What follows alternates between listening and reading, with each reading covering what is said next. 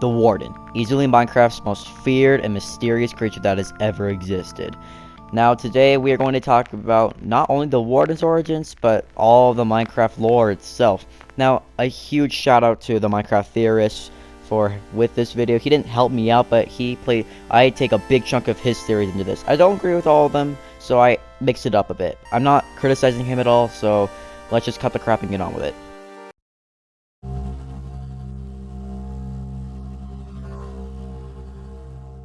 Okay, so first thing to know about the Minecraft lore is that it all starts with lowercase gods.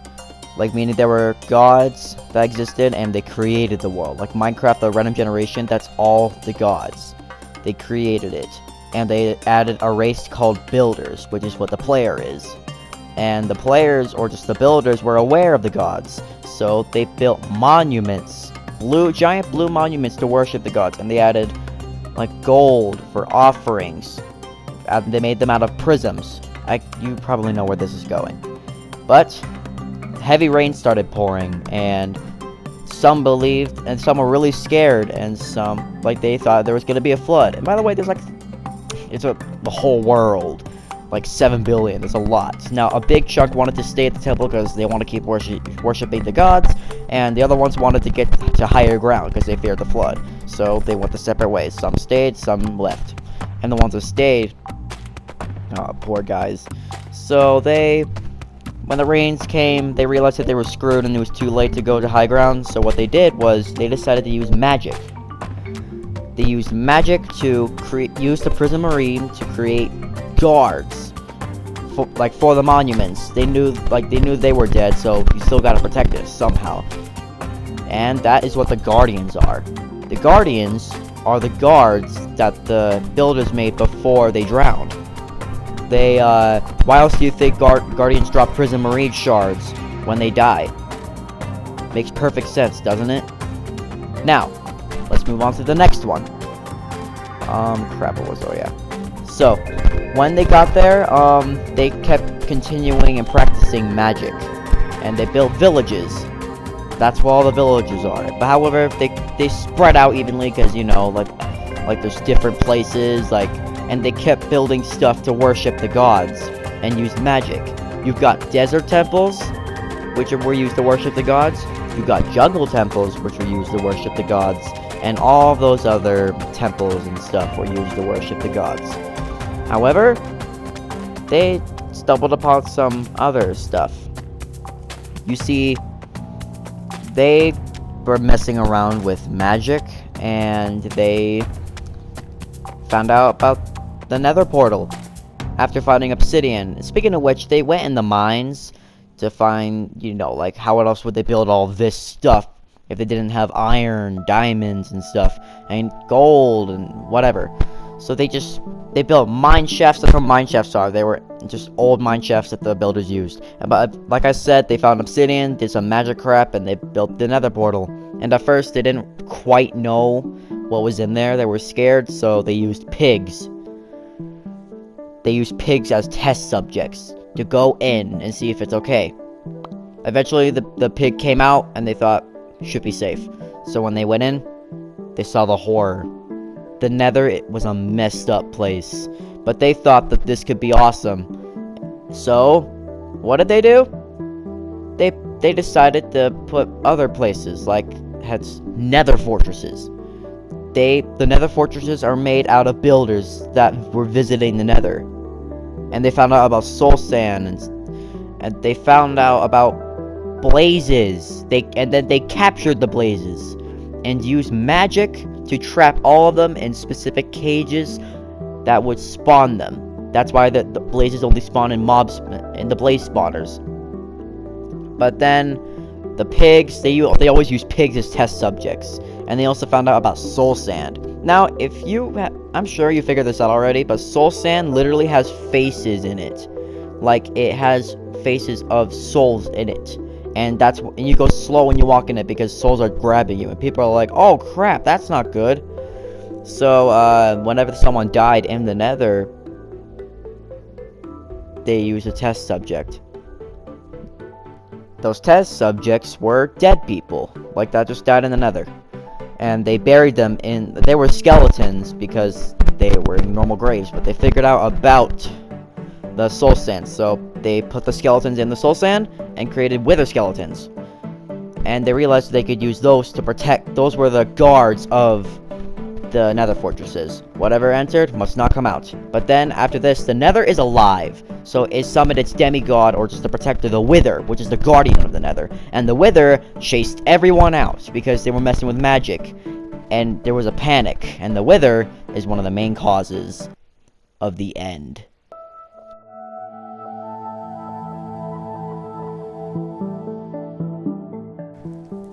Before we move on, we gotta talk about some stuff that happened in the nether that I forgot to mention. So, in the nether, they found out a strange things, like they found this strange ore that they picked up, and it looked like some kind of pearl. We'll save that for later. But they've also figured out that when you threw it, you could teleport. They're like, we can save that for later. We don't really know what to do with it yet. However, they also brought, when the wither came, they had to leave behind some pigs. So that's, the pigs that were left, they evolved.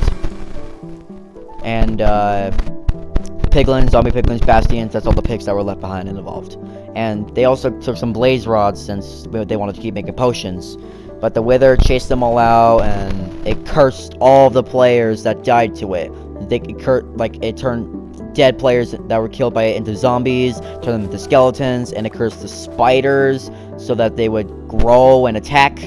It also cursed, like, it used more magic to make grass and TNT mixed together to make creepers, and a bunch of other crazy stuff. Now, the builders then realized the only way to escape it was underground. They went so deep in the caves that the wither couldn't follow, and they ended up going into the deep dark, where they found out deep slate, which is stronger than normal stone. We're like, let's start a new life, because they did not want to go back up there. Oh, and speaking of which, a big chunk actually managed to hide from it on the surface, and half, 50-50 of that, they were rivals of the people that survived on the surface. One side wanted to stop worshiping the gods and live normal life, and the other one wanted to keep worshiping and do magic, and they eventually become blood enemies. Along with that, they split and evolved over time. Villagers and illagers, those are the people that survived. Villagers, they lived a normal life, stopped practicing magic, and as for the illagers, makes perfect sense. The woodland mansions, they built that's one of their hideouts, and along with that, like, why else do you think they have giant monuments of cats and other statues with gold in it? They're worshipping gods. And what about evokers? Like, they use magic to attack you. And, along with that, so let's talk about the deep dark people that went in the caves. Like, most of the people went in the caves. And they're like, let's start a new life here. The deep dark cities. That is the next thing. I know it hasn't come out yet, but I already figured it out. So that's where they all lived. I know the theorizer at first thought that they all lived in the stronghold, but again, I'm not criticizing him. He helped a lot. But you can't fit an entire world, like 75% of the whole world in a freaking stronghold. It's too small. The stronghold was more like their citadel, their church. And the cities was, well, their cities. And along with that, they also, when they're exploring the caves, they also discovered skulk, a carnivorous fungus that feeds off the souls of its fallen victims, or anything unfortunate enough to die around it. In the heart of the skulk, there is the skulk catalyst, which absorbs souls. Like, when a mob dies around it, it will literally show the animation of a soul being absorbed into the catalyst, and the skulk spreads. The more XP the thing drops, the more skulk spreads. And, along with that, I've said along with that a lot. So they also found out about the skulk sensor, which just senses stuff and alerts the skulk catalyst that something is nearby, and it also alerts the skulk shrieker. The shrieker is unique, because whenever a catalyst absorbs a soul, it will study it, and if it wants to make a shrieker, then it will tell the shrieker to emit the last sound that the soul made when it was alive, so they could use it to lure carnivores or predators. With this, they could, like, it could sound like maybe the creature sounded injured before it died. So the last thing it emitted was an injured creature. And there are predators down there, so they probably use that to lure predators down there to get close. And if they have a chance of dying around, then it could feed. Then the skull could eat. Now they kept using. They thought the skulk was a big potential for magic. And again, the Ellagers and the Pillagers. This is totally different from that now, because that's a different story. We're just talking about the builders that went underground. So with this. They also found out about the Blazons and Ender Pearls, did some more magic, and found out about the Eyes of Ender. They're like, what's this? Don't know what that does. And they used more magic with the Skulk, and ended up making an end portal end portal frames. They're like, wait a second, let's test these out, just for the fun of it. And they made the end portal. Now, 25% of the builders that built the end portal in the Stronghold wanted to go in the portal. And 75% was like, no, because they were still traumatized by the Nether, and they decided, you guys go, we'll stay here. But the guys that went in the Nether soon figured out, tragically, that once you go in, there's no way out, unless you beat the dragon. And they found out about the dragon. The dragon attacked them, and they're scared. They didn't have enough resources to beat it. So they eventually ran from it, and wanted to find a way to kill it. But they eventually built cities, and found chorus fruit, which is their only source of food. And with this, over thousands of millions of years, the builders that lived in the Nether eventually evolved to become Endermen. They built the cities. They're tall, long to reach the chorus fruit, and they teleport because they adapted to the chorus fruit's teleportation abilities. And that's Endermen. They also teleport to the world to try and ask players to kill the dragon. However, the people at the builders, unfortunately, when the Endermen figured out how to come back, they soon figured out that their fellow builders were gone as well.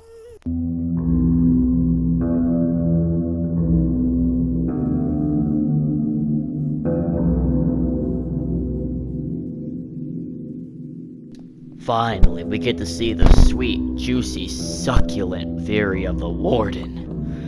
Now listen, before we could talk about that, we need to talk about an individual builder. He was an explorer. His name was Nicholas. He was the sheriff for the Deep Dark City.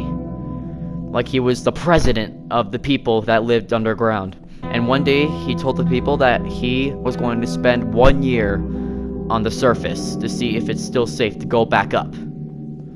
They all, after much consideration, they decided that they'll be okay without him for a bit. He'll go up there and see if it's safe. A few days after he went up there, exploring and living, he was ambushed by Illagers, who also came across some skulk. They were underground searching, like mining for materials, the Illagers, and they came across skulk because they went too deep. And they also decided this could be used for magic and experiments. And this happened to be 5 hours before they encountered Nicholas. So, with that, this was the perfect opportunity to experiment. When they captured him, they injected some liquefied skulk into Nicholas's veins. The only side effects that came were headaches, moaning, and supernatural strength. Like, it was insane. Stronger than a strength 2 potion. And one day he was held in that cell for months. He almost forgot about his people. He went insane. Now, he overheard some Illager guards talking about a city. They found out about the people living down there, and he figured out that they were going to ambush. So, with anger and with his new abilities, he broke through the cell, killed the guards, and made a beeline towards the cave that led to the that led to the Deep Dark City. Now, when he went there, on his journey there, he started to lose himself. When he was traveling through the lush caves, the dripstone caves, the giant caves, he was losing himself. Like, skulk was like growing on his body. His arms got longer. He was coughing. He started losing memories, becoming more insane with an urge to kill and eat. And this is all solved. I figured all this out from Disc 11. Don't believe me? Just listen to this.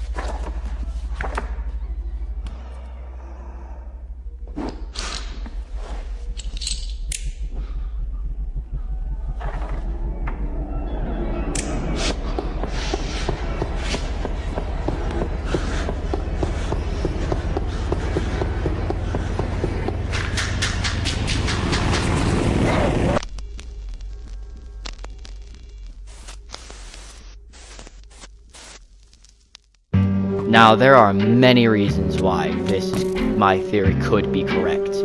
It is because he is running through the caves to go back to the city to warn his people that the illagers are coming to invade. But when he was going there, he started coughing, getting sick. And did you hear the weird, like, or just the weird paranormal sounds in his breathing?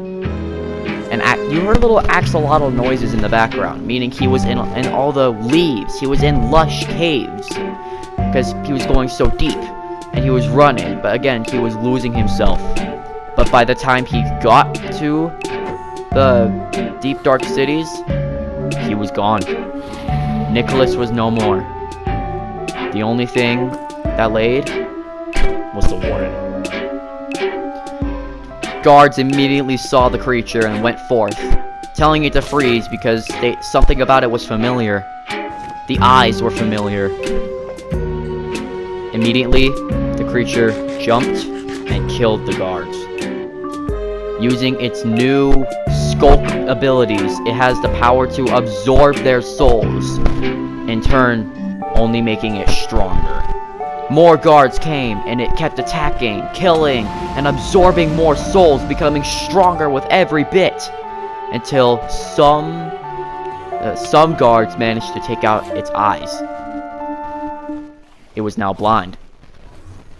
And they thought that it would be easy now, but unfortunately they did not notice the horns on its head. The horns on its head were abstracted from 2 of the tentacles from the skulk sensor and act exactly like the skulk sensor. And not to mention it has amazing smell. There was nothing that the builders could do. One by one, it killed them, absorbing their souls, becoming stronger. And the builders brought in a skulk catalyst with them before quote-unquote Nicholas returned. And to this day, he lies in the ruins of the deep dark city, waiting for something unfortunate to come so it can kill again. Now, one more thing about the skulks is they all have a hive mind. If you don't know what a hive mind is, it's basically that every single skulk organism shares the same mind. They have the same brain. So, which means the Nicholas, or just the Warden, also has the hive mind. And the skulk shriekers, whenever it hears the shriek of a human scream, or just a scream in general, it thinks food. Like, all it wants in this world is carnage. Now, don't sue me. That was just cool to say. So it's a sad story. This whole game experience, Minecraft itself, the only thing stopping it from being a horror game is the cute blocky texture. That's literally it. Can you imagine if Minecraft was a real life texture game Oh, jeez, no, not the Warden. Or just the wither creepers, no. No, no, no, no.